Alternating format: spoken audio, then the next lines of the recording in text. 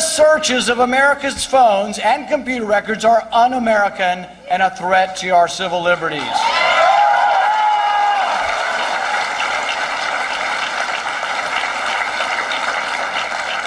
I say that your phone records are yours. I say the phone records of law-abiding citizens are none of their damn business. Well, that's Kentucky Senator and now presidential candidate Rand Paul during his announcement speech, talking about federal surveillance programs on law-abiding citizens. Later in that speech, the senator said he would terminate that type of surveillance on day one of his presidency. If elected, but it looks like these measures may be rolled back before we even find out who the GOP nominates as a national security agency's authority to collect phone records is scheduled to end on the 1st of June. 39 organizations of various political persuasions are mobilizing to make sure the NSA stays limited in its scope, JD. So here to go more in depth on the NSA, watchdog.org reporter Josh Peterson, Skyping in from Northern Virginia and across the Potomac at Newsmax Washington, my former colleague Pete Hoekstra, the former chairman of the Intelligence Committee.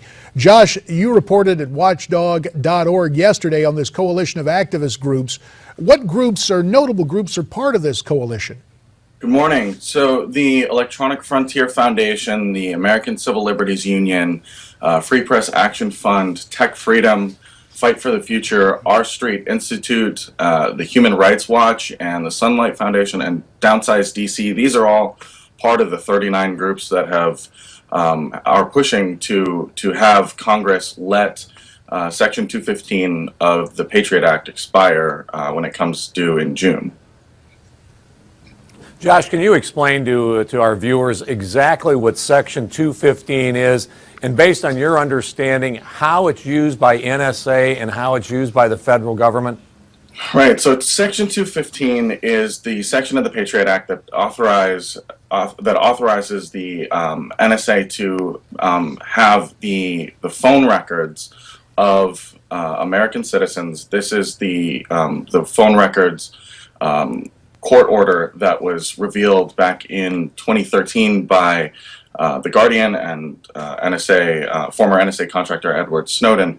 And what this does is it gives it requires phone companies to give the NSA the phone records, which are phone numbers, the trunk location, and it also gives them call duration. So it gives what is called metadata to the federal government. The federal government uses this to basically, it's part of a larger set of programs to track down terrorists, but then also the NSA does share this information with other law enforcement agencies, such as the DEA. So which is then used to track down drugs as well.